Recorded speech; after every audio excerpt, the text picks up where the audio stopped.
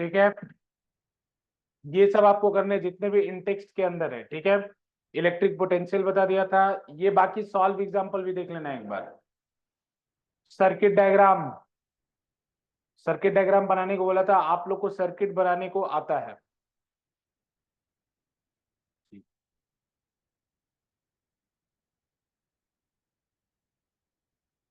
Factors affecting resistance, last class में ये पढ़ा रहे थे कि रेजिस्टेंस को कौन कौन से फैक्टर अफेक्ट करते हैं, ये पढ़ा रहे थे ना। तीन फैक्टर होते हैं, रो, एल और ए, याद है? रो, एल और ए। रो क्या होता है? रेजिस्टिविटी, लेंथ और ए। ये मैं बता चुका हूं, बस जल्दी से ब्रीफ करो। सबसे अच्छा कंडक्टर क्या होता है? सिल्वर। सिल्वर से भी अच्छा कौन होता है? गोल्ड। लेकिन गोल्ड का तार नहीं बना सकते, ना सिल्वर का तार बना सकते हो, रातों रात पोल पर से गायब हो जाएगा, समस्या अलग है।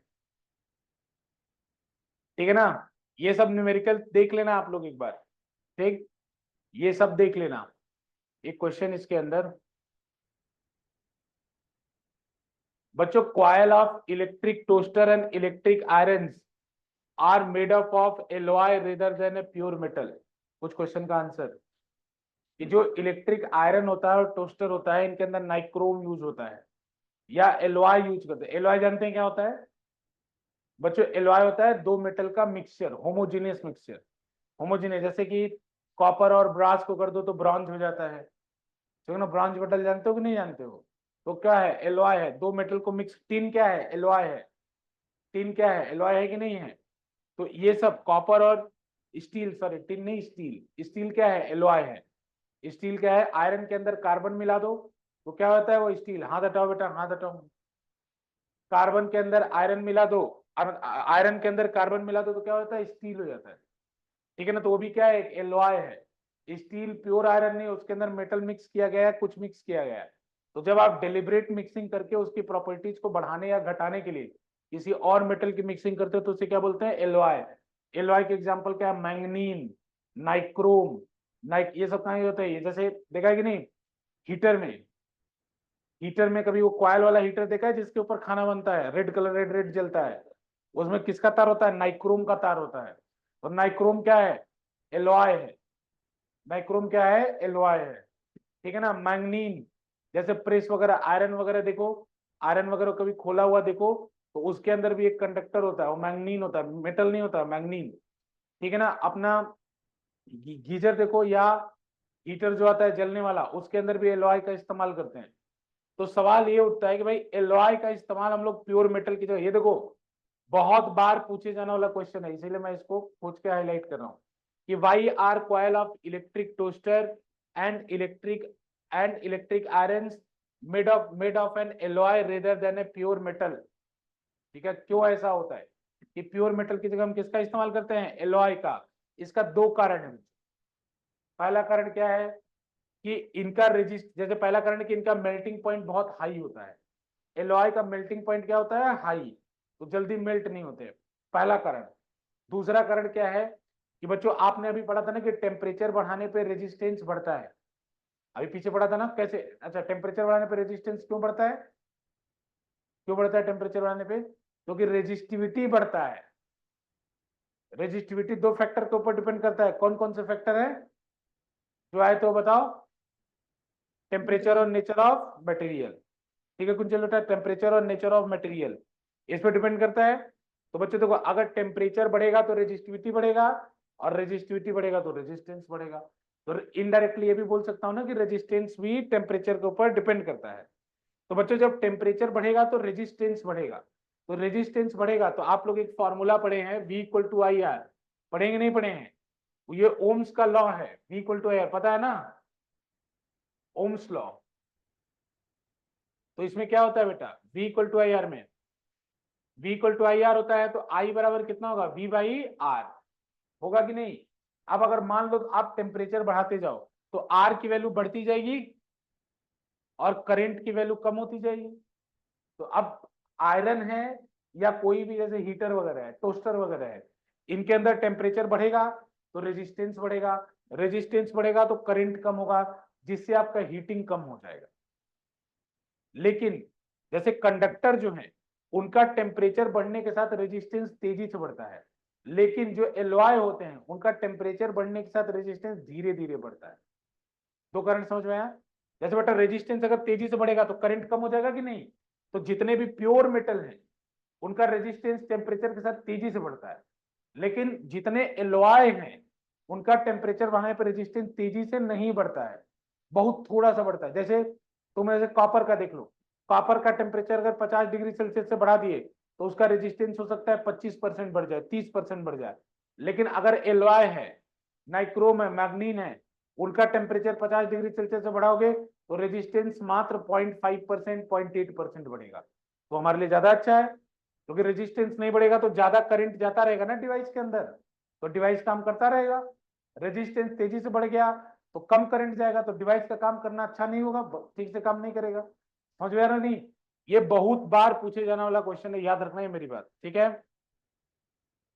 ये अब बाकी बच्चों अगर ये कंपेयर करना है तो इसके लिए आपको टेबल की जरूरत पड़ेगी, टेबल ऊपर दे रखा है, याद करने की बिल्कुल भी जरूरत नहीं, ठीक है ना? कंपेयर करने के लिए आपको बस याद रखो सबसे अच्छा कंडक्टर कौन होता है, तो आयरन, अगर सिल्वर दिया हो तो सिल्वर, नहीं तो गोल्ड।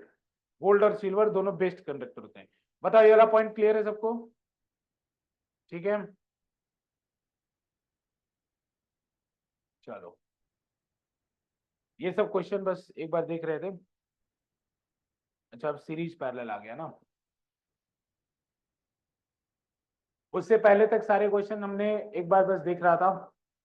देखो ये सब इसके अंदर तीन पहले कंडक्टर है, ये सब क्या है, ये सब कंडक्टर है। फिर क्या है, एलॉयज है, कॉन्स्टेंटेन, मैग्नीन, नाइक्रोम, एलॉय। अब ये नीचे तो को लिखा भी है कि कॉन्स्टेंटेन बनाना है तो कॉपर और निकेल को मिलाना पड़ेगा। याद नहीं करना, परेशान मत हो बहुत, जो अभी क्वेश्चन बताया वही, कि बस ये याद रखना कि टेम्परेचर तेजी से बढ़ता है कंडक्टर का, सॉरी टेम्परेचर बढ़ने पर रेजिस्टेंस तेजी से बढ़ता है कंडक्टर का, एलॉय का धीरे धीरे बढ़ता है। इंसुलेटर तो कंडक्ट ही नहीं करते। देखो रेजिस्टिविटी की वैल्यू जितनी कम होगी उतना कंडक्टर अच्छा होगा। तो देखो रेजिस्टिविटी की वैल्यू 10⁻⁸ है, ये कम वैल्यू है। अरे माइनस में पावर हो तो वैल्यू कम होती है ना, नीचे जाने पे देखो पावर बढ़ता जाएगा। -6 हो गया, -6, -6, और इंसुलेटर है तो प्लस में 14, 15 हो गया। देखो इधर, ठीक है ना? ये सब बस एक बार चेक कर रहे थे एनसीईआरटी। इसके ये मैंने बता दिया था लास्ट क्लास में कि इसके रेजिस्टिविटी क्या होता है, एक और बार डिफाइन करना है, ठीक है? देखो बच्चों, और किसी को कोई डाउट है कल की क्लास से तो हमें बताओ पहले, कल की क्लास से कोई डाउट है? एक एक्सरसाइज बच्चों, सर्किट सिंबल याद रखना, क्वेश्चन सर्किट सिंबल में आता है।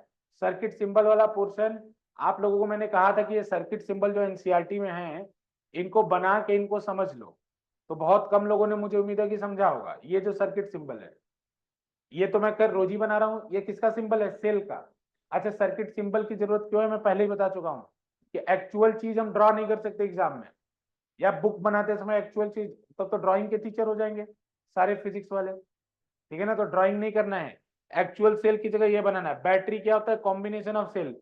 ये सब अपने से करने को बोला था। स्विच होता है, ऐसे बना दो स्विच, डॉट नहीं लगा है ओपन, डॉट लगा है बंद। जैसे पंखा चालू है तो डॉट, पंखा बंद है तो ओपन, समझ रहे हो ना? स्विच बंद है तो ऐसे छोड़ दो, स्विच खुला हुआ है, मतलब स्विच अगर बंद है तो ऐसे कर दो, खुला हुआ है तो ऐसे, डिवाइस अगर नहीं चल रहा।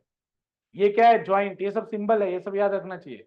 ये जैसे देखो ऐसा हो सकता है ना कि बिना ज्वाइंट के वायर को ऊपर से क्रॉस करा दे, तो एक क्रॉसिंग विदाउट ज्वाइनिंग, मतलब एक वायर ऐसे जा रहा है, एक वायर एच के ऊपर से चला जा रहा है, मतलब टच नहीं, तो ऐसे सिंबल बनाते हैं हम लोग, ठीक है ना? बल्ब का सिंबल ये होता है, ये वाला छोड़ दो, नहीं बना पाओगे। रेजिस्टेंस का सिंबल देखो, resistance is the property and register is the device, ठीक है ना? जैसे रेजिस्टेंस क्या है? प्रॉपर्टी है, और जो डिवाइस रेजिस्टेंस रखता है उसका नाम क्या कहते हैं? उसको रजिस्टर। क्या नाम होता है उसका? रजिस्टर। रेजिस्टेंस प्रॉपर्टी को जो डिवाइस रखता है उसे हम रजिस्टर कहते हैं। समझ में आ रहा है ना? तो register is the device and resistance is the property. Variable resistance इसको रियोस्टेट कहते हैं, ठीक है ना? ये मैंने थोड़ा सा आप लोग को प्रीवियस क्लासेस में दिखाया था एक बार। एमीटर करंट मेजर करता है और वोल्ट मीटर ये, ठीक है ना बच्चों? सर्किट डायग्राम बनाने को आएगा तो अभी तो इसमें मुझे ऑप्शन में पहले इंटेक्स एक्सरसाइज में इसके क्वेश्चन हुआ करता था जिसमें बोलता था कि ड्रॉ द सर्किट डायग्राम। शायद न्यू न्यू वर्जन में हटा दिया है, मैं वही चेक कर रहा था एक बार। बच्चों कोई भी चीज छोड़ना नहीं है, ठीक है ना? कोई भी चीज छोड़ना नहीं है, ठीक है। अब देखो लास्ट क्लास में अपने आए थे, लास्ट क्लास में आप लोग को क्या चीजें बताया, रेजिस्टेंस बताया था, एक बच्ची का डाउट है वो देख लेते हैं। तो रेजिस्टेंस में बताया था factors affecting resistance rho L upon A, ठीक है ना, भूलना नहीं चाहिए, ठीक है। बताओ बेटा, पीछे चंदन पीछे, अगर मैं वोल्टेज को डबल कर दूंगा रेजिस्टेंस कितने टाइम्स हो जाएगा? हाँ हाँ, V equal to I R, voltage को डबल कर दूंगा रेजिस्टेंस कितने टाइम्स हो जाएगा?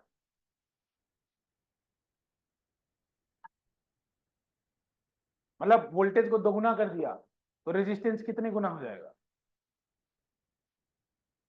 हाँ, वही रहेगा।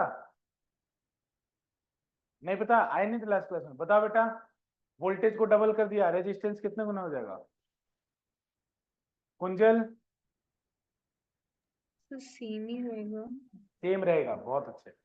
रेजिस्टेंस को बदलो, वोल्टेज को बदलो, करंट को बदलो, रेजिस्टेंस बदलने वाला नहीं है। कब रेजिस्टेंस बदलता है? जब इन तीनों में से किसी को बदलो, ठीक है ना। बताओ जय, थिक वायर का रेजिस्टेंस ज्यादा होगा कि थिन वायर का? थिन का ज्यादा होगा। एरिया जितना कम उतना ज्यादा रेजिस्टेंस, ठीक है, क्लियर, पक्का। अब एक रेजिस्टिविटी का मतलब समझ लो। पहली बात ये समझो बच्चों, रेजिस्टिविटी किसी भी मटेरियल का फिक्स होता है, एक कांस्टेंट होता है। जैसे कॉपर है तो उसका रेजिस्टिविटी फिक्स है। इसका मतलब क्या होता है रेजिस्टिविटी का, कि कॉपर का एक टुकड़ा लिया गया जिसका लंबाई 1 मीटर था और जिसका एरिया भी 1 मीटर स्क्वायर था, ऐसा मान लो। एक टुकड़ा लिया गया, उस टुकड़े का रेजिस्टेंस निकाला गया, उस रेजिस्टेंस को ही रेजिस्टिविटी कह दिया गया। तो इसमें देखो मैंने कल एग्जांपल बताया था कि L की वैल्यू 1 पुट कर दो और A की वैल्यू 1 पुट कर दो तो R बराबर क्या हो जाएगा? रो।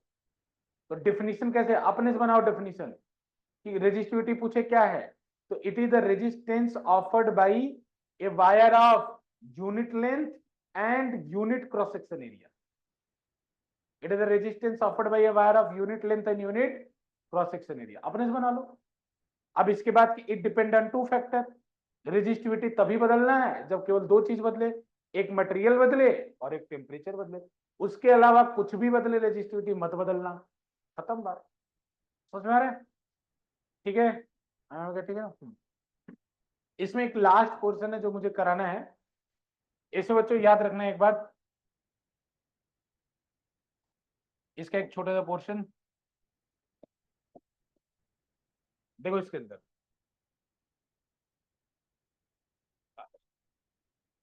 इसमें एक केस करो बच्चों यूनिफॉर्म स्ट्रेचिंग का, यूनिफॉर्म स्ट्रेचिंग, इसी के अंदर रेजिस्टेंस जो लिख रहा हूं ना उसी के अंदर एक केस करो यूनिफॉर्म स्ट्रेचिंग और यूनिफॉर्म बीटिंग का, यूनिफॉर्म बीटिंग का, यूनिफॉर्म स्ट्रेचिंग और यूनिफॉर्म बीटिंग का केस करो, यूनिफॉर्म स्ट्रेचिंग और यूनिफॉर्म बीटिंग इसी के अंदर, ठीक है ना। देखो ये न्यूमेरिकल आता है, ये टॉपिक नहीं है, लेकिन हाँ रेजिस्टेंस के अंदर ही बेटा, ये टॉपिक नहीं है लेकिन ये न्यूमेरिकल आता है, इसीलिए मैंने इसको टॉपिक बना के पढ़ा रहा हूँ। अदरवाइज ये टॉपिक नहीं है, बुक में नहीं मिलेगा, लेकिन ये क्योंकि न्यूमेरिकल आता है इसके ऊपर, इसलिए मैं टॉपिक बना के इसको पढ़ा रहा हूँ। देखो इधर ध्यान से बच्चों, अभी तक जैसे मैंने आपसे बोला कि एल लेंथ का वायर है उसका रेजिस्टेंस आर है, तो 12 लेंथ का वायर होगा तो उसका रेजिस्टेंस कितना होगा? 2R। तो बेटा मैंने लेंथ को खींच के बढ़ाया नहीं, जैसे ऐसा नहीं किया कि एल लेंथ को खींच के डबल कर दिया, मैंने क्या किया, एल लेंथ का वायर लिया फिर बंडल में से गया 2L लेंथ का वायर लिया, तो बोला उस बंडल के एल लेंथ का वायर अगर रेजिस्टेंस आर है तो उसी बंडल के 2L लेंथ के वायर का रेजिस्टेंस कितना हो जाएगा? 2R। ये लेकिन अब सिचुएशन क्या है कि बेटा अब की बार जो लेंथ है ना इसको स्ट्रेच करके बढ़ाऊंगा मैं, मतलब वायर को ऐसे पकड़ा और खींच दिया मशीन से, मान लो किसी भी चीज से खींच दिया, तो बेटा मान लो इसका पहले लेंथ था L और इसका रेजिस्टेंस था R, अब मैंने इसके लेंथ को खींचा और खींच के बेटा लेंथ को डबल कर दिया, तो बताओ एरिया कम होगा कि नहीं होगा? लॉजिक से बताओ जरा, कॉमन सेंस सही है। अरे किसी चीज को खींचोगे वो लंबा होगा तो एरिया उसका कम होगा कि नहीं होगा? एरिया कम होगा, यानी अगर उसका लेंथ मैंने खींच के 12 कर दिया तो उसका एरिया मान लो पहले ए था तो एरिया कितना हो जाएगा? हाफ हो जाएगा। अब हाफ क्यों होगा? तो बच्चों इसका रीजन है वॉल्यूम सेम रहना चाहिए। तो पहले वॉल्यूम कितना था A इंटू एल, बाद में वॉल्यूम कितना रहना है, तो बाद में लेंथ हो गया 2L, मान लो एरिया हो गया A डैश, तो L से L काट दो, तो A डैश बराबर कितना आ जाएगा A/2। देखो कॉमन सेंस की बात है, ज्यादातर बच्चों ने कॉमन सेंस से आंसर कर दिया, लेकिन अगर प्रॉपर लॉजिक जानना चाहते हो तो ये कैसे पता चला कि वॉल्यूम एरिया आधा हो जाएगा, क्योंकि वॉल्यूम सेम रहना चाहिए, जो पहले वॉल्यूम था वही वॉल्यूम बाद में भी रहना चाहिए। क्लियर, किसी कोई डाउट तो नहीं? ठीक है, तो बेटा इसीलिए ये बार बार ये करने की जरूरत नहीं है, तो बस मैंने समझा दिया कि पहले जितना A इंटू एल था बाद में भी उतना A इंटू एल होना चाहिए, वॉल्यूम सेम रहना चाहिए। ठीक है, वॉल्यूम सेम रहना चाहिए बच्चों। ठीक है, तो बच्चों अगर वॉल्यूम सेम रहेगा तो एरिया A/2 हो जाएगा। तो अब मुझे बता सकते हो पहले रेजिस्टेंस R था तो बाद में रेजिस्टेंस क्या हो जाएगा? 2R होगा। पहले रेजिस्टेंस था R बराबर, पहले रेजिस्टेंस था R is equals to rho L upon A, बाद में रेजिस्टेंस मान लो R डैश हो गया, R डैश हो गया, तो R डैश किसके बराबर आएगा बेटा? रो, लेंथ कितना हो गया 12, एरिया कितना हो गया A/2, ये 2 कहां चला जाएगा ऊपर, तो बेटा इसको ऐसे लिख सकता हूँ ना 4 into rho L upon A। तो बताओ ये एक R के इक्वल है कि नहीं, तो इसको क्या लिख सकता हूँ 4R, क्या लिख सकता हूँ 4R लिख सकता हूँ ना। तो अब एक बात यहां से याद रखना कि बच्चों अगर लेंथ को खींच के L से NL कर दिया, लेंथ को खींच के L से NL कर दिया, तो एरिया कितना हो जाएगा A से A/N। अगर लेंथ को N गुना बढ़ाए तो एरिया N गुना कम हो जाएगा। रेजिस्टेंस कितना हो जाएगा R से N² R, लेंथ को डबल किया तो रेजिस्टेंस कितना हो गया 2 का स्क्वायर हो गया। बेटा 4R आया कि नहीं बताओ, L से 2L किया तो रेजिस्टेंस R से 2² R हो गया कि नहीं। तो अगर लेंथ को L से 3L करोगे तो एरिया A/3 हो जाएगा, 3 ऊपर मल्टीप्लाई हो जाएगा 9 हो जाएगा। तो अगर लेंथ L से, ये वाला बहुत इंपॉर्टेंट है, तो रेजिस्टेंस R से 9 हो जाएगा। कुंजल वंश बेटा है समझ? Yes sir. Yes sir. ठीक है बेटा, नोट कर लो इसको, मतलब क्वेश्चन में एक बार पढ़ लेना ध्यान से। तो बोले कि उसी वायर को खींच के डबल कर दिया गया तब ये काम करना है, या बोले कि डबल वायर है तब ये काम करना है, दोनों एकदम सावधान से।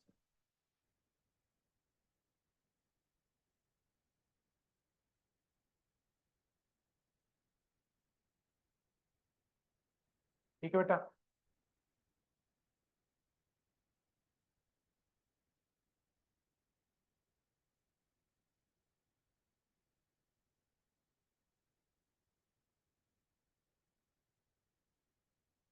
सेंटीमीटर स्क्वायर को मीटर स्क्वायर में बदलने आता है, बताओ क्या करोगे?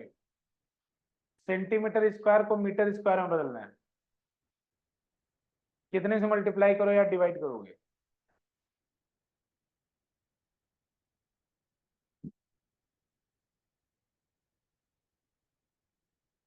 थाउजेंड से? अरे सेंटीमीटर को मीटर में बदलना हो तो 100 से करोगे ना डिवाइड, लेकिन यहाँ तो सेंटीमीटर स्क्वायर है तो 100 इंटू 100 से, 2 बार है ना। क्या बोल रहा हूँ, रेजिस्टिविटी वाला न्यूमेरिकल अगर ध्यान से करोगे ना तो उसके अंदर ये तुम्हारे साथ केस होगा। ठीक है, क्वेश्चन एक आखिरी क्वेश्चन रेजिस्टेंस, ये कर लोगे ना, ये छोटी सी बात थी बता दिया है ध्यान से। एक आखिरी क्वेश्चन लिखो रेजिस्टेंस पे, देखो the resistance of A, the resistance of a conductor is, the resistance of a conductor is 10 ohm, the resistance of a conductor is 10 ohm, the resistance of a conductor is 10 ohm, ठीक है ना। then what will be the, then what will be the resistance of a, then what will be the resistance of a conductor whose length is, whose length is twice and and radius is, radius is double and radius is double than the previous conductor. ठीक है ना? What will be the resistance of a wire whose length is double and radius is twice, या double ही कर लो इसको भी, double then the previous conductor. ठीक है, समझ में आ रहा है कि नहीं आ रहा है? यहाँ पे कैच है, वो समझना है. यहाँ पे थोड़ी सी कहानी में ट्विस्ट है. समझ में आ रहा है? क्या क्वेश्चन क्या है, समझ में आ रहा है ना? मतलब पहले वायर, एक वायर था उसका रेजिस्टेंस 10 ओम था. अब एक दूसरा वायर लिया जिसका लेंथ पिछले वाले वायर से डबल है और उसका रेडियस पिछले वाले वायर से डबल है. लेंथ भी डबल है, रेडियस भी डबल है. तो आपको ये बताना है कि जो नया वाला रेजिस्टेंस है, नया वाला जो वायर है, उसका रेजिस्टेंस क्या हो.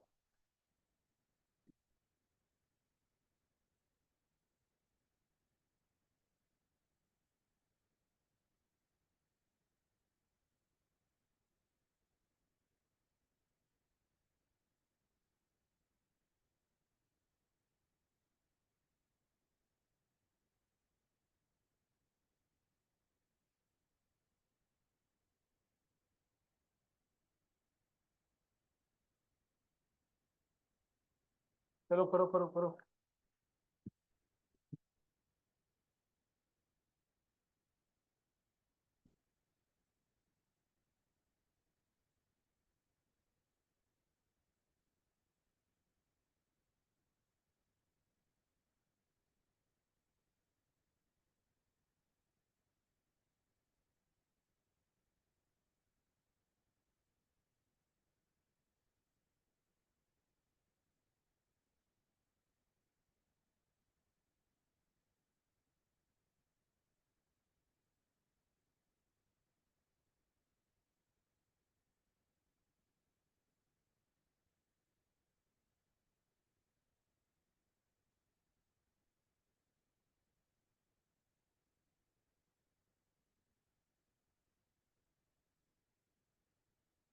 किसी का आया?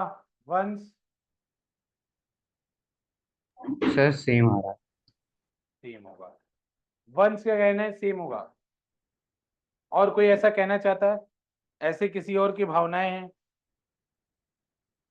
नहीं होगा, सेम होगा. बच्चों पहले 10 ओम था, 10 इक्वल टू कितना होगा? रो एल अपॉन ए, था कि नहीं? बाद में क्या किया? लेंथ को डबल कर दिया. तो मान लो रेजिस्टेंस आर डैश हो गया, तो लेंथ को तो डबल कर दिया, 2l. अच्छा, एरिया को क्या किया? एरिया को क्या किया? डबल कर दिया. तो एरिया कितना हो जाएगा? 2a. तो कट गया, तो बचा क्या? रो एल बाई ए. तो सेम चीज बची ना, तो रेजिस्टेंस सेम हो गया. अब गलत हो गया यहीं पे. अब ये गलत है. क्यों? क्योंकि अब की बार मैंने एरिया नहीं बोला था, अब की बार रेडियस बोला था. और अगर रेडियस दिया हो तो एरिया का फॉर्मूला क्या होता है? पाई आर स्क्वायर. ये वाला रेडियस होता है ना, ये एरिया ऑफ क्रॉस सेक्शन. समझ रहे हो कि नहीं समझ रहे हो? जैसे वायर जा रहा है, तो वायर जा रहा है तो उसको कट करोगे तो सामने से ऐसा दिखेगा कि नहीं? ये इसका रेडियस था, तो इसका एरिया निकालने के लिए क्या करोगे? पाई आर स्क्वायर. एक बात बताओ, अगर तुमने रेडियस को डबल किया तो एरिया 4 गुना होगा कि नहीं? क्योंकि उसके स्क्वायर पर डिपेंड करेगा. तो इस केस में जब एरिया पुट करोगे बेटा, तो एरिया 2a नहीं पुट करोगे, एरिया 4a पुट करो. क्योंकि एरिया बराबर क्या होता है? पाई आर स्क्वायर. और यहाँ आर क्या हो गया? डबल. तो एरिया क्या हो जाएगा? 4 टाइम्स. देखो यही बच जाना बस. ये कहीं धोखा मत हो जाए कि रेडियस को डबल करे, कम करे, और आप एरिया समझ लो. बस ये बचे बचे रहना. इसलिए मैंने बोला था ये आखिरी क्वेश्चन है, लेकिन इसमें मैं जो बात बता रहा हूँ बहुत इंपॉर्टेंट है. पढ़ लेना क्वेश्चन को ध्यान से कि रेडियस बोला है कि एरिया बोला है. ठीक है वंस, क्लियर? यस. हाँ, तो ये 1/2 रो एल ए हो जाएगा. बेटर 2 से 4 कैंसिल हो जाएगा, तो 1/2 आगे कर लो. रो एल ए की जगह क्या लिख सकते हो? 10. तो कितना हो जाएगा? 1/2 इंटू 10, तो कितना हो जाएगा? 5. इसका आंसर होगा 5. समझ आ रहा है? इसका आंसर होगा 5।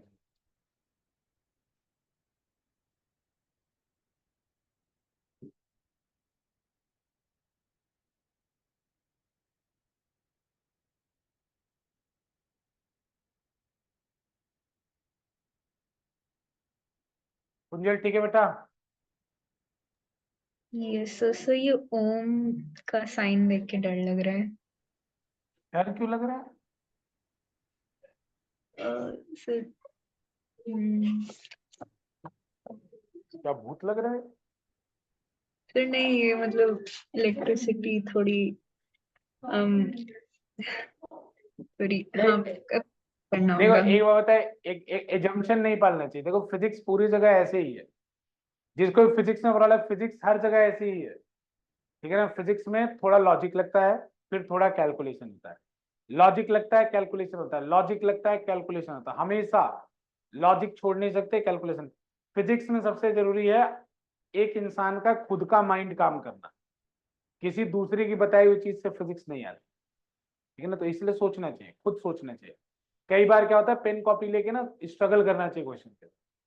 कई बार जैसे क्वेश्चन आपको अगर कोई क्वेश्चन कर रहे हैं फिजिक्स का, मान लीजिए जैसे प्रैक्टिस कर रहे हैं जवाब, तो ऐसा हो कि कोई क्वेश्चन आपको नहीं आया तो तुरंत इंटरनेट मत देख लीजिए। आपके पास इंटरनेट अवेलेबल है, ये नहीं कि तुरंत बस गूगल कर ले, नहीं करिए। 5 मिनट 10 मिनट उस पर एक्सरसाइज करिए अपने ब्रेन का, कि क्या हो सकता है, और मुझे क्या फॉर्मूला पता है।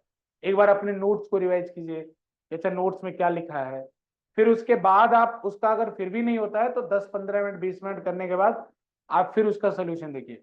तो 10 15 20 मिनट तक आपने जो किया उससे आपको अलग अलग मेथड पता चलेंगे। ये तरीके से सोचने पे गलत आंसर आ रहा था, ये तरीके से सोचने पे गलत है, ब्रेन का डेवलपमेंट होगा। तो फिजिक्स के लिए ये काम करना पड़ता है। सेम चीज मैथ के लिए भी होता है, कि मैथ के लिए आपको खुद स्ट्रगल करना चाहिए कुछ समय तक, फिर उसके बाद क्वेश्चन को करना चाहिए। स्ट्रगल जरूरी है भाई, मैथ और फिजिक्स स्ट्रगल से ही आती है। हर स्टूडेंट को खुद बैठ के अपने स्टडी के दौरान स्ट्रगल करना चाहिए। केमिस्ट्री बायो के लिए मैं बोल सकता हूँ रट लो, जितना तुम्हारे अंदर कैप्चरिंग पावर है कैप्चर कर लो, एक बार बता देंगे रट लो। फिर केमिस्ट्री बायो में हाँ थोड़ा बहुत सब चीजें समझा सकते हैं कि कहाँ से गया कैसे गया, फिर एक बार उसके बाद तो रटना ही है। वेना कैवा का नाम वेना कैवा होता है, वो तो रटना ही है। पल्मोनरी आर्टरी होती है, उसमें कोई लॉजिक नहीं है, मतलब है लॉजिक, मतलब एक बार समझा दिया, लेकिन उसका नाम तो आपको रटना ही है। बाउमन्स कैप्सूल रटना ही है, तो कुछ नहीं कर सकते। हाँ फिजिक्स में अब यहाँ आप सोच सकते थे कि भाई आर स्क्वायर, और एक ही क्वेश्चन को करने के अलग अलग टेक्निक्स भी होते हैं, तो आपको जो सूटेबल लगे। ये क्लियर है ना? देखो बिट बाय बिट क्लियर करते जाओ, और किसी पूरा इलेक्ट्रिसिटी एक साथ मत छोड़ दो कि एक ही बार न्यूमेरिकल करोगे। मैं इसका एमटीजी हालांकि मैंने नहीं भेजा है, तो मैं आज एमटीजी इसका भेज दूंगा। देखो फिजिक्स का जो भी प्रॉब्लम, जो भी चैप्टर है, फिजिक्स के अभी तक 3 चैप्टर हुए हैं। मैं एक चैप्टर कौन कौन सा, अच्छा जो बच्चे, जिन बच्चों का चैप्टर छूट गया है उनकी मैथ्स वाली क्लास में एक्स्ट्रा क्लास चल सकती है, ठीक है? क्योंकि मैथ्स की क्लास अभी सर नहीं लेंगे। आप सब लोगों को पता है, कुंजल पता है, वंश पता है, 3 अगस्त तक मैथ्स वाले सर नहीं है। Yes. हाँ, तो उसमें जिन भी बच्चों की क्लास छूट गए, जैसे जो भी बच्चों के पीछे की क्लास छूट गई है, मैं वो क्लास में पढ़ाऊंगा, फिजिक्स वगैरह पढ़ाऊंगा, जो भी चीजें मैं पढ़ाऊंगा, ठीक है? मैं बता दूंगा आपको। फिर रिवीजन के लिए आ सकते हैं। हाँ हाँ, रिवीजन के लिए मैं लिंक डाल दूंगा 5:30 बजे। 5:30 बजे लिंक डाल दूंगा। उसमें जो बच्चे रिवीजन के लिए, मैं टॉपिक भी डाल दूंगा कि आज इस टॉपिक का रिवीजन। तो मैं ज्यादातर रिवीजन फिजिक्स का कराऊंगा। रीजन उसका क्या है? फिजिक्स डिफिकल्ट है भाई। केमिस्ट्री बारे में ऐसा नहीं, कोई सब्जेक्ट छोटा बड़ा या कम ज्यादा नहीं होता है, लेकिन केमिस्ट्री में थोड़ा सा रखना है। मैं केमिस्ट्री का रिवीजन एक क्लास में पूरा करा सकते हैं, मतलब पूरा एक उठाया शुरू से बताते चले गए, फिर आपका याद करने का काम आपका ज्यादा है। लेकिन फिजिक्स में क्या होता है, समझना होता है, तो फिजिक्स में मेरा काम ज्यादा है, ठीक है ना? मैं हालांकि वो भी करा दूंगा, लेकिन पहले मैं फिजिक्स से स्टार्ट करूंगा। फिजिक्स का मैं कल से लाइट चैप्टर का रिवीजन कराऊंगा, लाइट का रिफ्लेक्शन एंड रिफ्रैक्शन कल से रिवीजन कराऊंगा। मैथ्स की जिस दिन मैथ्स आपकी क्लासेस उसी टाइम चलेगी, मैथ्स की जिस दिन क्लास होगी मैथ्स की, उस दिन आपका साइंस में रिवीजन क्लास चलेगा, ठीक है ना? चले, क्योंकि 3 अगस्त तक रिवीजन क्लास चलेगा। हाँ हाँ हाँ हाँ, ऑफलाइन ऑनलाइन जैसे आपको आना है। देखिए बेटा इधर आगे बढ़ते हैं हम लोग टॉपिक में। अब हम पढ़ाएंगे आपको कॉम्बिनेशन ऑफ रेजिस्टर्स। कर लोगे ना आप, कोई दिक्कत तो नहीं इसमें? Combination of resistors, combination of resistors, combination of resistors. जिनको आगे जाके जिनका बड़ा एम है वो अपने माइंड को बिल्कुल नैरो ना करें। जिनका एम आगे जाके कुछ मतलब है कि भाई जिनको आर्ट लेना है उनकी मैं बात नहीं कर रहा, लेकिन जिनका थोड़ा आगे का एम है थोड़ा ब्रॉड सोचे इसके बारे में, ठीक है ना? ये जो अभी पढ़ रहे हैं उसके बारे में ब्रॉड सोचे, ठीक है? थोड़ा थोड़ा अगर आप लोग करेज दिखाएंगे तो मैं कुछ ज्यादा भी बता सकता हूँ।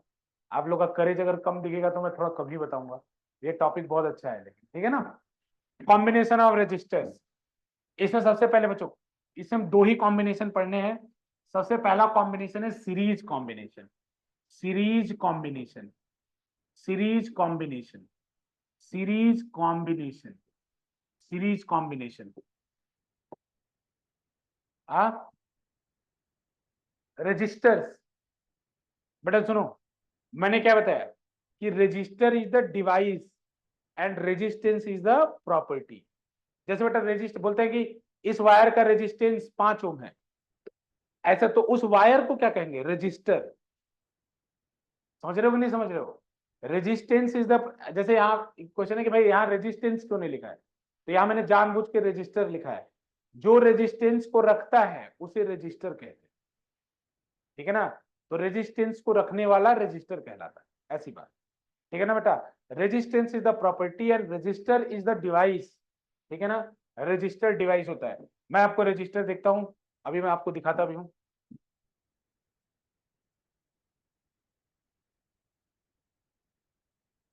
इंद्रजीत, हम लोग वाले उस बॉक्स में रेजिस्टेंस होगा क्या? हाँ ले आओ जरा, देखो उसमें रेजिस्टेंस होगा। वो समझ रहे हो ना, सिरेमिक वाला?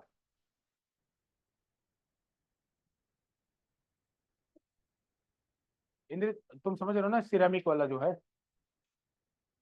नहीं इसमें तो, इसमें आईसीज होंगी, इसमें नहीं। रेजिस्टेंस ये ऐसा वाला होगा ना, ये ऐसा वाला, ये ऐसा जो है इसका अलग से वो होगा, उस वाले में होगा जो दूसरा डब्बा बच गया। मैंने बोल दिया सर, अभी देख रहे हैं फिर बताएंगे, ठीक है ना? सीरीज कॉम है, मैं रेजिस्टेंस दिखाता भी हूँ आप लोगों को, घबराओ मत। रेजिस्टेंस जैसे बल्ब का भी हो सकता है, जैसे जो बल्ब जलता है ना उसका भी रेजिस्टेंस हो सकता है, लेकिन रेजिस्टेंस नाम की एक प्रॉपर डिवाइस भी आती है, वो भी मैं आपको दिखा देता हूँ। मतलब वो डिवाइस में अभी आपको सर से बोला है सर्च करने को, वो दिखा देता हूँ। सीरीज कॉम्बिनेशन, ठीक है बच्चों? इसमें देखो ध्यान से, इसमें लिखो पहले एक line, in this type of combination, in this type of combination, in this type of combination, series में लिखो बेटा, in this type of combination, in this type of combination, current remains same,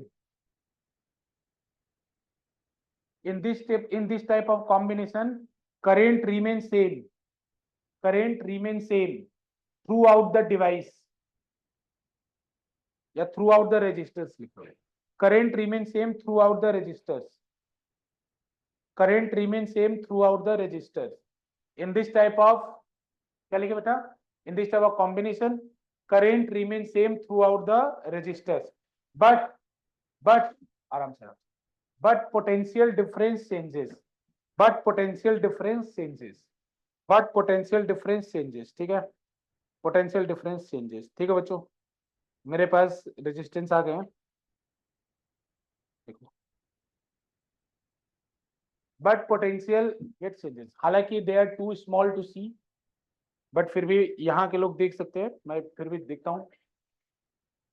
and potential difference changes, हाँ थोड़ा पीछे हो जाऊं, ठीक है ना? चलो मैं इसको ऐसे दिखाता हूँ, ये बहुत छोटे होते हैं, ठीक है ना?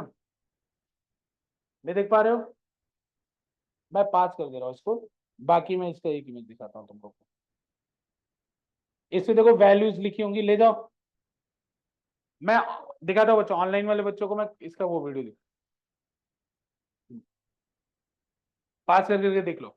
ये वाला रेजिस्टेंस है 680 ओम का, और ये वाला रेजिस्टेंस है 476 ओम का। बढ़ा दोगे, देख लो, ये सब रेजिस्टेंस कहलाते हैं। ये सब सर्किट में जब डाला जाता है तो एक करंट को रोकते हैं, ऑनलाइन वाले बच्चों को मैं अभी साइज भी दिखाता हूँ, लेकिन अभी थोड़ा यहाँ भी दिखा देता हूँ। पर सर ये डाल लग जाता है। बेटा करंट को रिड्यूस करने के, लिमिट करने के लिए, जैसे एग्जांपल समझ लो, मेरे पास एक एलईडी है, एलईडी समझ लो ना, छोटी वाली एलईडी जिसकी 2 टांगे होती, ठीक है ना। अब मेरे पास एलईडी है, एलईडी को चाहिए 2.5 वोल्ट, मान लो एलईडी एलईडी ऑपरेट कर रही है 2.5 वोल्ट पे, लेकिन मेरे पास बैटरी है 5 वोल्ट का। तो अगर 5 वोल्ट की बैटरी के साथ एलईडी लगा दूंगा, एलईडी फूक जाएगी। तो उसके लिए मैं क्या करूंगा, बीच में एक रेजिस्टेंस डाल दूंगा जिससे करंट कम हो जाए। ये करंट को कम करता है रेजिस्टेंस, ऐसा दिखता है बेटा, ठीक है ना। ये ऐसा देखो, ऐसा दिखता है, ये रेजिस्टेंस है, ये ऐसे है। साइज उसका मैं आपको दिखा रहा हूँ, साइज उसका बहुत छोटा हो, कहाँ गया मतलब, हाँ हाँ, ये करंट को कम करता है, इसकी वैल्यू कोई बात नहीं। और कहाँ गया, अरे इसे कुछ नहीं, ये 1 रुपए में 4 मिल जाता है, ये बहुत एक्सपेंसिव नहीं होते ये। हाँ 25 पैसे का एक होता है ये 25 पैसे का एक होता है, इतना एक्सपेंसिव नहीं होता है, ये मत सोचो कि बहुत एक्सपेंसिव चीज है। देखो बच्चों, साइज देखो, साइज साइज देखो, ये साइज देखो, ये जो यहाँ पे बोर्ड पे दिखा रहा हूँ, देखो कुंजल और वंश, ये जो बोर्ड पे दिखा रहा हूँ, ये देखो कितना छोटा है, देखो देख रहे हो ना, ये बोर्ड पे Yes. उसी को जूम करके दिखा रहा हूँ। ये कलर बैंड इसके ऊपर भी बना हुआ है, लेकिन शायद आप देख नहीं पाएंगे, ठीक है ना। कोई बात नहीं, कलर बैंड बताता है, जैसे अगर हम लोग को रहे ना, तो हम लोग कलर बैंड देख के बता सकते हैं कितने ओम का रेजिस्टेंस है। कलर बैंड देख के बताया सकता है कितने ओम का रेजिस्टेंस है। हाँ, इसका एक ट्रिक होता है ना, इसका शॉर्टकट है, बता देंगे, बता देंगे, ठीक है ना। अब कभी अगर अपने घर का कोई डिवाइस तोड़ोगे तो उसके अंदर भी ये मिल जाएगा। बहुत, अगर तुमने कभी चार्जर भी अपना तोड़ा, चार्जर तोड़ा तो उसके अंदर ये पक्का होगा 100%। हाँ, रिमोट को भी तोड़ा तब भी उसके अंदर ये होगा। रेजिस्टेंस हर जगह होता है, ठीक है ना। खैर, क्या कह रहे हो,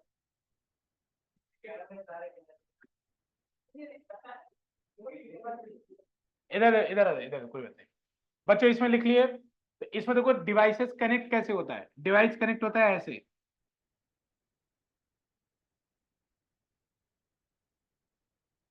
ठीक है। मैंने 3 रेजिस्टेंस लिए, 3 डिवाइस लिया है, इसका रेजिस्टेंस का वैल्यू मान लो है R1, ये गिवन होगा, जैसे 2 ओम 3 ओम 4 ओम 6 ओम जो भी होगा।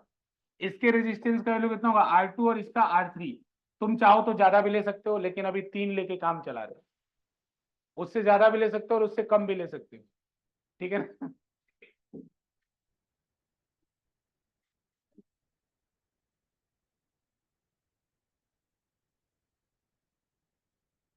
तुम्हें क्या धमाका हो गया बच्चों, सुनो इधर, ए फोकस।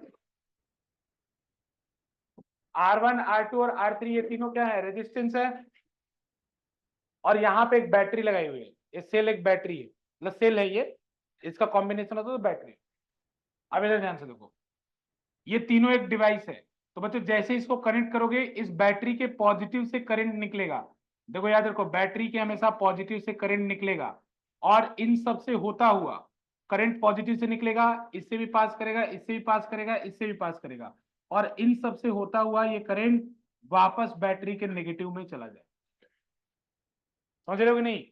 तो बेटा करंट, तो यानी सेम करंट इससे R1 से भी पास किया, ये ध्यान दो, सेम करंट R2 से भी पास किया, और सेम करंट R3 से भी पास किया। तो सीरीज कॉम्बिनेशन में सभी डिवाइसेस से क्या चीज सेम होता है, क्या होता है सेम, करंट। क्योंकि करंट एक बार जो बैटरी से निकल गया, जैसे बैटरी से जितना करंट निकला, ये नियम है, बैटरी में उतना ही करंट आना चाहिए। अगर ऐसा नहीं होगा तो बहुत दिक्कत है, क्योंकि बैटरी एक न्यूट्रल होती है, बैटरी के ऊपर कोई चार्ज नहीं होता है, बैटरी के ऊपर कोई चार्ज नहीं होता है। तो अब तो इसका मतलब कि पर सेकंड जितना चार्ज बाहर निकल रहा है, करंट क्या होता है, यही तो होता है कि पर सेकंड कितना चार्ज बाहर निकल गया है, उतना ही चार्ज पर सेकंड अंदर भी आना चाहिए, ठीक है ना। तो बच्चों करंट पूरे डिवाइसेस से सेम रहेगा। अब वोल्टेज देखो अलग अलग होगा, इधर देखो एक बार, बाद में लिखना, ये 3 डिवाइस है, तीनों में करंट सेम रहा है कि नहीं। अगर मुझे पता चल जाए कि पहले वाले में 2 एम्पियर जा रहा है, तो आंख बंद करके बोलूंगा कि तीसरे वाले में भी 2 एम्पियर है। ठीक, अब देखो एक बात, वोल्टेज अलग अलग होता है। वोल्टेज यानी पोटेंशियल डिफरेंस क्या होता है, अलग होता है। यानी यहां पे पोटेंशियल डिफरेंस कुछ और होगा, यहां पे पोटेंशियल डिफरेंस कुछ और होगा, यहां पे पोटेंशियल डिफरेंस कुछ और होगा। कैसे पता? तो ओम्स लॉ लगाओ। ओम्स लॉ क्या कहता है? V equal to I R. तो इसमें करंट कितना जा रहा है? I, और इसका रेजिस्टेंस कितना है? R1। R1 है ना, तो यहां का वोल्टेज क्या होगा बेटा? V1 बराबर, V1 कह रहा हूं उसको, V1 बराबर कितना होगा? I इंटू R1 होगा पक्का? अच्छा, यहां का वोल्टेज क्या होगा बेटा? इसको मैं V2 कह रहा हूं, तो I तो सेम रहेगा, लेकिन इसका रेजिस्टेंस बदल गया ना, तो I इंटू तीसरे वाले का देखो, यहां पे क्या होगा? V3 is equals to I into R3। तो बताओ, तीनों के क्रॉस पोटेंशियल डिफरेंस अलग अलग आया कि नहीं आया? यहां वोल्ट मीटर लगाओगे ऐसे ऊपर, ऐसे लगाओगे वोल्ट मीटर, तो वो रीडिंग कुछ और देगा। कितना देगा? V1 के बराबर। ये वोल्ट मीटर क्या करता है? पोटेंशियल डिफरेंस बताता है। तो अगर इसके ऊपर वोल्ट मीटर लगाओगे तो ये V1 के बराबर रीडिंग देगा वोल्टेज। अगर तुमने वोल्ट मीटर, अगर तुमने वोल्ट मीटर इसके ऊपर लगा दिया तो ये रीडिंग किसके बराबर देगा? V2 के बराबर देगा। इसके ऊपर लगा दिया तो रीडिंग V3 के बराबर देगा। समझ में आ रहा है कि नहीं आ रहा है? तो क्या चीज सेम रहा? करेंट। क्या चीज अलग अलग रहा? वोल्टेज या पोटेंशियल डिफरेंस अलग अलग रहा। ठीक है ना? तो सुनो एक बात ध्यान से, अब हमें ऐसा काम दिया गया कि ऐसे कंपनी में 3 लोग काम कर रहे हैं, ठीक है ना? उन तीनों लोग को निकाल देना है और कोई एक आदमी ले आना है जो तीनों के बराबर काम करे। समझ गए बात को? तो उसी को फिजिक्स के लैंग्वेज में बोलते हैं कि इस सर्किट का हम लोग को इक्विवेलेंट निकालना है। क्या निकालना है? इक्विवेलेंट। मतलब ये 3 लोग काम कर रहे हैं, हटा दो इनको, एक लोग को ले आओ जो तीनों के बराबर काम करे। तीनों के बराबर काम करने का मतलब, जितना तीनों मिलके करंट खींच रहे हैं बैटरी से, उतना करंट वो अकेले खींचे, ऐसा ले आओ। तो हमने क्या किया भाई, चलो तो इसकी बगल में इसके इक्विवेलेंट, 3 लाइन मतलब इक्विवेलेंट सर्किट बना रहा हूं। तो इसकी इक्विवेलेंट सर्किट दिखेगी कैसे? तो उसमें एक अकेला बंदा रहेगा, आर इक्विवेलेंट, उसका नाम क्या दे दिया हमने? R equivalent. फिर वही बैटरी रहेगी भाई, कंपनी तो सेम रहेगी ना, तो बैटरी वही रहेगी, और करंट भी वही जाएगा जो पिछले वाले में जा रहा था। समझ में आ रहा है कि नहीं आ रहा है? करंट भी वही जाएगा। तो ये क्या कहलाएगा? Equivalent circuit. ये उसका इक्विवेलेंट है। अब बच्चों, आर इक्विवेलेंट हमारा काम क्या है? अब आर इक्विवेलेंट और R1 R2 R3 में रिलेशन निकालना। सुनो ध्यान से, डिराइवेशन का एक एक पॉइंट ध्यान से समझना है, क्योंकि वो डिराइवेशन नहीं है, वो न्यूमेरिकल है। जैसे अभी डिराइवेशन कर रहे हैं, तुमसे क्वेश्चन में V2 पूछ लेगा कि find the volt potential difference across this resistance, तो तुम्हें ये पता होना चाहिए। तुम ये नहीं बोलोगे कि मुझे तो फाइनल रिजल्ट याद करना है, नहीं, ये भी समझते चलना है कि V2 कैसे निकलेगा। तो पहले I निकालोगे, R2 से मल्टीप्लाई करोगे, V2 आएगा। समझ में आ रहा है? अब आगे की प्रोसीजर शुरू करते हैं हम लोग, ठीक है ना? तो पहले नोट कर लो, इतना जिन्होंने नोट नहीं किया अभी, फटाफट नोट कर लो अगर किसी ने नोट नहीं किया अभी तो। ये बना लो, ये वाला है ओरिजिनल सर्किट और ये वाला है इक्विवेलेंट सर्किट।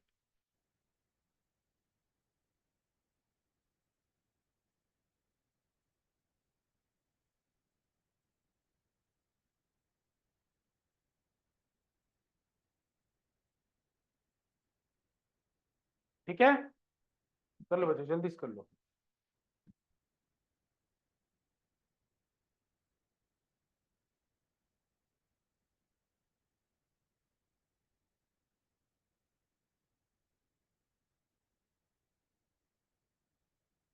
चलो इधर ध्यान दो। अब एक बात और दिमाग में याद रखो, जो डिवाइड होता है, जो डिवाइड होता है उसी का इक्वेशन बनता है।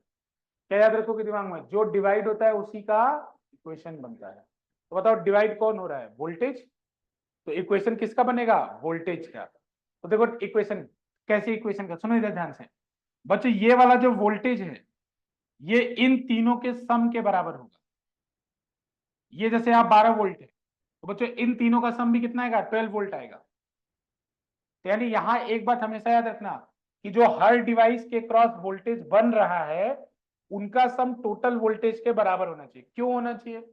तो इसका कारण है एनर्जी कंजर्वेशन। आप अभी नहीं समझ पाओगे, लेकिन ऐसा होना ही चाहिए। जब 12th में जाओगे तो और क्लियर हो जाएगा। एनर्जी कंजर्वेशन से एक लॉ पढ़ाएंगे, किरचॉफ्स लॉ। लेकिन अभी के लिए आप याद रखो कि इन तीनों वोल्टेज का सम, अगर 3 लिया है मैंने, अगर ये 4 होते, एक और R4 जोड़ लेता, तो बोलता चारों का सम V के बराबर होना चाहिए। तो अभी 3 है, तो तीनों का सम V के बराबर होना चाहिए। अगर 2 होते तो दोनों का सम V के बराबर होना चाहिए। तो अभी 3 है हमारे इस एग्जाम्पल में। तो बच्चों यहाँ इक्वेशन बनेगा V will be equal to V1 plus V2 plus, समझ में आया? अब V की जगह V1 की जगह क्या पता है, लिख दो बच्चों, I इंटू R1। इंपॉर्टेंट बात क्या है कि जो डिवाइड होता है उसी की इक्वेशन बनती है। यहां पे किसकी इक्वेशन बनी, वोल्टेज की, क्योंकि डिवाइड वो हो रहा था। तो I into R1 plus I into R2 plus I into R3, ठीक है ना, इज इक्वल्स टू V। ठीक है बच्चों, यहां से I कॉमन ले लो, तो I कॉमन ले लोगे तो हो जाएगा V बाई आई, कॉमन लेके दूसरे तरफ भेज दो, कॉमन लेके दूसरे तरफ भेज दो, तो V by I is equals to कितना होगा, R1 plus R2 plus R3। V by I equal to कितना होगा, R1 plus R2 plus R3। ये आया ना? इधर से V बाई आई निकालो बच्चों, ये इक्वेशन 1 कह दो इसको। लेकिन याद रखो हर स्टेप इंपॉर्टेंट है, ये वाला स्टेप भी इंपॉर्टेंट है। कैसे इंपॉर्टेंट है? जैसे मान लो तुमने V1 V2 निकाल लिया, तुमने V1 V2 निकाल लिया, तो V1 V2 को सम करके टोटल में से माइनस कर दो, V3 आ जाएगा। या दो अगर वोल्टेज है, V1 मान लो यहाँ 3 है, दो एग्जांपल लिए, तो तुमने V1 प्लस V2 बराबर V है, मान लो एक तीसरा वाला हटा दो थोड़ी देर के लिए, तो तुम अगर V1 निकाल लो तो V2 निकालने की जरूरत नहीं है, टोटल में से माइनस कर दो, क्योंकि V1 प्लस V2 V के इक्वल होगा। हर स्टेप इंपॉर्टेंट है। यहां मैंने अगर दो निकाल लिया तो तीसरा निकालने की जरूरत नहीं है, मैं डायरेक्ट क्या करूंगा, टोटल में से इन दोनों का सम माइनस कर दूंगा, क्योंकि तीनों का सम क्या होना चाहिए, तीनों का सम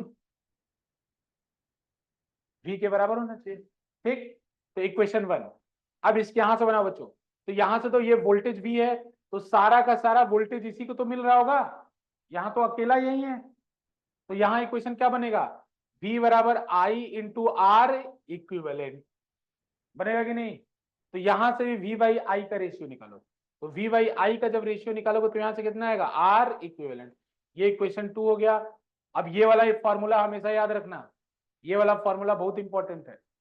जैसे क्वेश्चन में V दिया होगा, R इक्विवेलेंट आप निकाल लोगे, जहां जहां मैंने हाईलाइट किया है वो सारे फॉर्मूले इंपॉर्टेंट है। ये वाला कॉन्सेप्ट मैं इसमें हाईलाइट तो नहीं करूंगा थोड़ा, लेकिन कर दे रहा हूं, ये इंपॉर्टेंट है। जो जो मैंने व्हाइट ब्रैकेट से बनाया है वो सारे इंपॉर्टेंट, मतलब उनका न्यूमेरिकल में भी यूज होगा, डिराइवेशन में तो यूज हो रहा है, न्यूमेरिकल में भी होगा। मैं बोलूंगा व्हाइट ब्रैकेट ध्यान दो जब न्यूमेरिकल कराऊंगा तो, ठीक है ना? तो बच्चों इन दोनों को कंपेयर करो, थोड़ा सा ऊपर कर रहा हूं, कंपेयरिंग इक्वेशन 1 एंड 2, या फ्रॉम इक्वेशन 1 एंड 2 लिख लो, from equation 1 and 2, from equation 1 and 2, R equivalent equal to कितना होगा, R1 plus R2 plus R3। अरे दोनों का लेफ्ट हैंड साइड इक्वल है ना, तो राइट हैंड साइड भी तो इक्वल होना चाहिए। यही फाइनल डेरिवेशन है, यही प्रूफ करना होता है लास्ट वाला।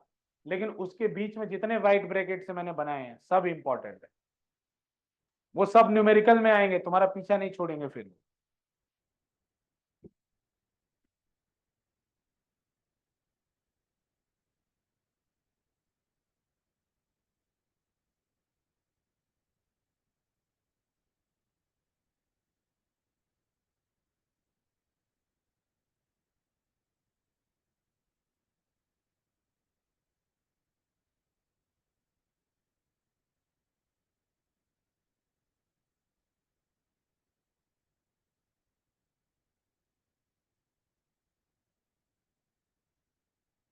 ठीक है, मत मारो उसको, क्यों मार रहे हो?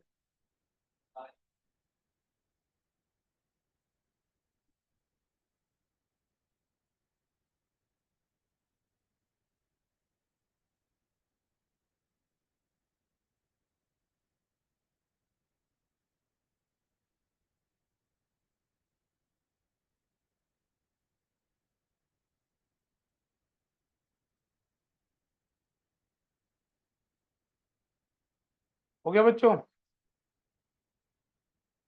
ठीक है, आइए एक छोटा सा न्यूमेरिकल करते हैं, छोटा सा, फिर पैरेलल नेक्स्ट क्लास में पढ़ेंगे, लेकिन एक छोटा सा न्यूमेरिकल आज करके। कुंजल नोट हो गया बेटा? Yes, sir. ठीक, एक छोटा सा न्यूमेरिकल करेंगे फिर आगे बढ़ेंगे। बच्चों क्वेश्चन ऐसा है कि एक रेजिस्टेंस है 20 ओम का और एक बल्ब है 5 ओम का। एक रेजिस्टेंस है 20 ओम का, एक बल्ब है 5 ओम का। अरे कंफ्यूज मत हो, उसको भी रेजिस्टेंस ही मानना। अरे बल्ब हो चाहे कुछ भी हो, क्या फर्क पड़ता है आपको? आप उसको रेजिस्टेंस मानिएगा सिंपल। और इनको कनेक्ट कर दिया है एक 5 वोल्ट की बैटरी से। कितने से? 5 वोल्ट की बैटरी से। बच्चों पहला काम आर इक्विवेलेंट बताओ, तुरंत बता दोगे? अरे सम ही तो करना है दोनों को। दूसरा काम आई बताओ। आई बताने के लिए उधर वाला ब्रैकेट, आर इक्विवेलेंट वाला ब्रैकेट जो बनवाए थे, V by I equal to R equivalent, तो आई बराबर कितना हो जाएगा? V by R equivalent. उधर एक ब्रैकेट बनवाए थे कि नहीं बनवाए थे? तो अगर, हाँ, तो तुम्हारा आई आ जाएगा। आई आने के बाद V1 बताओ। जैसे क्वेश्चन में बोलेगा find the potential difference across 20 ohm resistance, तो मैं डायरेक्ट अभी पूछ ले रहा हूं आपसे। और बोलेगा क्वेश्चन में V2 बताओ। आर इक्विवेलेंट सबका निकल गया होगा, किसी कोई डाउट? आर इक्विवेलेंट कितना होगा? 25. 25, बिल्कुल बेटा। R equivalent is 25 ohm. Equivalent side में जो व्हाइट वाला ब्रैकेट बनाया तो उधर ध्यान दो, उससे आई निकल जाएगा क्योंकि V दिया हुआ है और आर इक्विवेलेंट भी आपने निकाल दिया है। आई बराबर कितना हो जाएगा? V divided by R equivalent. उधर वाला व्हाइट वाला ब्रैकेट था ना जो उधर की तरफ बनाया था, तो V डिवाइडेड बाई V कितना है? 5। आर इक्विवेलेंट कितना है बच्चों? 25। तो करंट कितना हो जाएगा? 1/5, या इसी को क्या लिख सकता हूँ? 0.2 एम्पियर। ये एकदम दिमाग में बस जाना चाहिए कि आर इक्विवेलेंट निकलने के बाद आई कैसे निकलता है। ठीक है, आई निकल गया। V1 कैसे निकलेगा? आई इंटू R1। आई निकल गया, आर दिया हुआ है, R1 कितना है? 20। तो बेटा V1 कितना होगा? आई की वैल्यू कितनी है? 0.2। R1 कितना है? कितना है R1? 20। 20 मल्टीप्लाई कर दो, कितना आएगा? 4 वोल्ट। 4 वोल्ट। अच्छा V2 निकाल लो। सबको क्लियर है ना? बोलो। अरे ये क्लियर है ना बच्चों? आई इंटू R1 ही तो किया हूं। लिखूं क्या फॉर्मूला ऊपर? पहले V1 equal to I into R1, नीचे V2 equal to I into R2। I कितना है? 0.2, R2 कितना है? 5। तो ये कितना आएगा? 1 वोल्ट। अच्छा एक बात बताओ, जब मैंने V1 निकाल लिया था तो मुझे तो V2 निकालने की जरूरत ही नहीं थी, टोटल में से माइनस कर देते। V1 आ गया था 4, टोटल कितना था? 5। तो 5 माइनस 4 कितना हो जाएगा? 1। खत्म, 1 वोल्ट हो जाएगा। समझ में आ रहा है कि नहीं आ रहा है? कुंजल बेटा ठीक? Yes, sir. बहुत आसान है ये, बहुत आसान है। बस ऐसा लगता है इलेक्ट्रिसिटी, क्वेश्चन इतना प्रैक्टिस कर लेंगे हम लोग कि एकदम आसान हो जाएगा। वंश ठीक है बेटा? Yes sir. हाँ, तो बस आज के लिए इतना रहने दो। मैं MTG भेज दूंगा ग्रुप में, ठीक है ना? आज रात को भेज दूंगा, तो आप धीरे धीरे पीछे के पेंडिंग क्वेश्चंस करने शुरू कर दीजिएगा, जो कॉम्बिनेशन ऑफ रेजिस्टेंस के पहले के टॉपिक है उनके क्वेश्चंस, ठीक है? चलो आज के लिए इतना ही रहने दो बच्चों। अगर ये नोट हो जाए तो आप लीव कर सकते हैं बेटा। Thank you, sir. Most welcome.